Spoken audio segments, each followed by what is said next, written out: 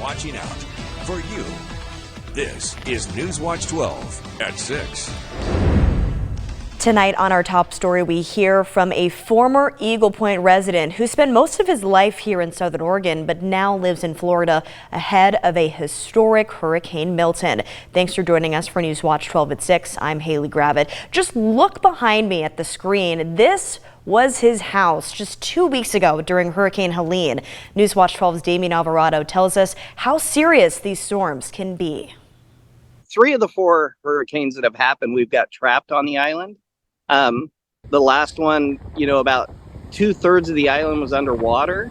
This time I have a feeling the entire island's going to be underwater. Matt Roland is a 1987 North Medford graduate. His neighborhood in St. Petersburg was just rocked by Helene. Now his neighborhood is... It was a ghost town. He's already dealt with 4 hurricanes since moving there.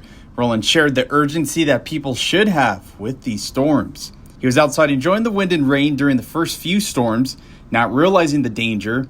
But after experiencing Hurricane Helene, where his neighbors faced severe flooding, it hit home how serious these storms could be. All my neighbors flooded. We were extremely lucky it stopped inches from coming in. Our neighbors weren't so lucky. They had 3 to 10 feet of water in their house, just destructive. Roland packed as many items from his condo and took it to a higher elevation. He says everyone took the evacuation order seriously. They drove almost 4 hours north just to be safe. And even then, they're still getting warnings. Now you have projectiles, people's belongings flying all over with these winds, and it's dangerous. They packed up important documents and personal items, but there's always that fear of what they might come back to. There are so many people in Florida right now displaced. Prior to this storm, after Helene, they're displaced. I can't even imagine what it's going to be like after Milton. Damian Alvarado, Newswatch 12.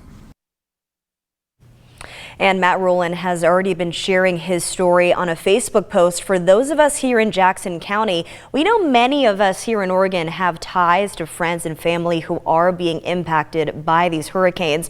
A lot of people sending in their prayers to Roland. If you have a personal tie to anyone who may be impacted by Hurricane Milton, feel free to share it with us. You can reach us at newsdesk@kdrv.com. And now I want to bring